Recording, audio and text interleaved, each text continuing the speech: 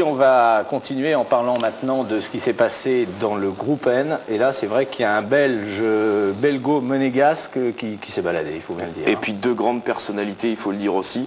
Parce que d'un côté, on a Marc Duet qui a fait des choses fabuleuses par le passé. Je parle toujours de ce souvenir du passage de col de Turini avec la BMW ProDrive en travers entre les deux virages. Et puis il y avait de l'autre côté Yves Loubet, tous les deux sur des évolutions 5. Yves, c'est pas la peine de le présenter non plus. Et c'est vrai qu'ils ont fait de superbes choses. C'est vrai aussi que malheureusement, on n'a pas eu l'occasion d'en parler beaucoup parce que, étant donné que ce sont des voitures qui, dès les premiers jours, avaient des gros numéros, les caméramans ne peuvent pas rester dans les spéciales pour suivre le groupe N. Et donc, on a essayé un peu de contrebalancer cet inconvénient. La loupe de Frédéric Robat sur le groupe N au rallye de Monte-Carlo.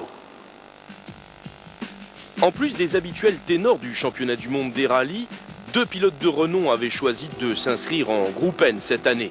Le pilote belge, monégasque d'adoption, Marc Duet, et le corse Yves Loubet, qu'il est bien évidemment inutile de présenter. Deux hommes qui se sont livrés un superbe duel sur les premières étapes, avant que le corse ne connaisse un problème d'alimentation d'essence.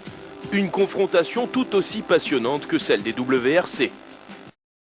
On se déchire de la même façon pour gagner le groupe N que pour gagner un groupe A. Maintenant, il est évident qu'une grosse voiture fait rêver et qu'un groupe N, c'est un peu plus la voiture de tout le monde.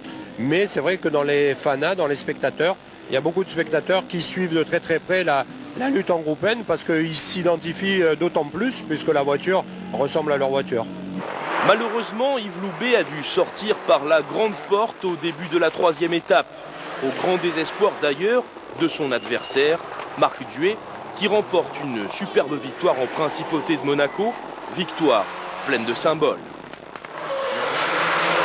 Il y a 10 ans, je roulais pour la première fois ici au rallye de Monte-Carlo avec le même sponsor et 10 ans plus tard, je suis toujours là et je gagne. Donc je suis ravi. Le team Gamma, c'est certain, l'équipe monégasque, Chin, mon héros, donc on est content. Je crois que c'est bien. On avait une super équipe.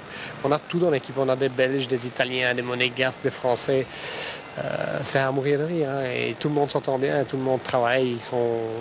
C'était sympa. C'était vraiment une victoire d'équipe.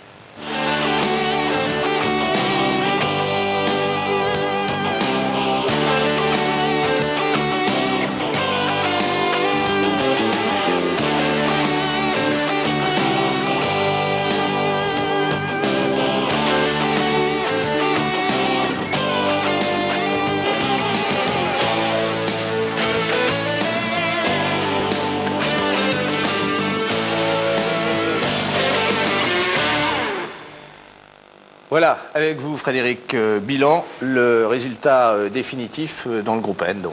Eh bien, Marc Duet termine en tête du groupe N et obtient une superbe victoire au terme de ces 3 jours d'étape chronométrée. Gustavo Trelles, l'Uruguayen, est deuxième à environ 8 minutes du leader. C'est quand même une valise, hein, c'est le cas de le dire. Et troisième, excellent, parce que c'est la première Subaru du classement groupe N. C'est Christophe Spiliotis, qui est également le meilleur amateur groupe N de ce rallye Monte-Carlo.